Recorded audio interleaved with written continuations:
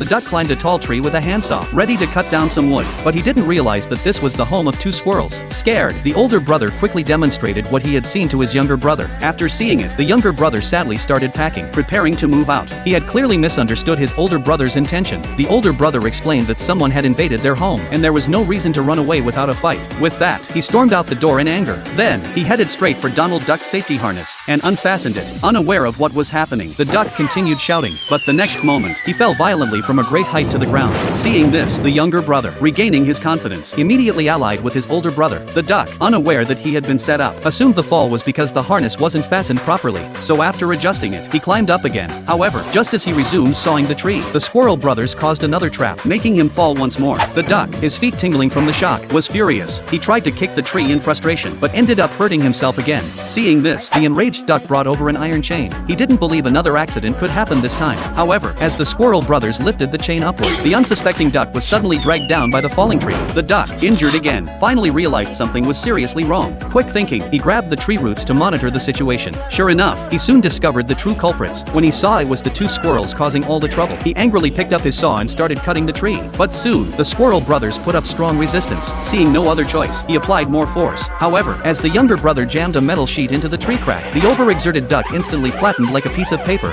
Then, furious, he grabbed an axe and chopped the tree down. He covered his ears, waiting for the tree to fall, but the squirrel brothers pushed upward with both hands, and miraculously, the tree returned to its original position. Seeing this, the duck stood on the treetop and stomped the tree down himself. To prevent the squirrels from bouncing back, he took the tree along the water chute to the wood processing factory. The squirrel brothers quickly gave chase. Then, using a cable car to get ahead of the duck, they used hammers to cut off the route to the factory. They thought this time the duck was done for, but unexpectedly, the duck ran ahead and drove away in his little car. The next moment, the squirrel brothers not only used a huge boulder to crush his car, but also left a crate of explosives for him as he passed the mine. Seeing this, the duck was completely stunned. He ran back home, moving all the furniture out of the way. He thought he would be safe once the wood passed through, but just as he was about to relax, there was a knock at the door. Confused, he opened it, only to see a distant tree stump ready to launch. Realizing the danger, he tried to push the house out of the way, but he couldn't move it on his own. In the end, the unlucky duck could only watch helplessly as his house was carried away by the tree stump.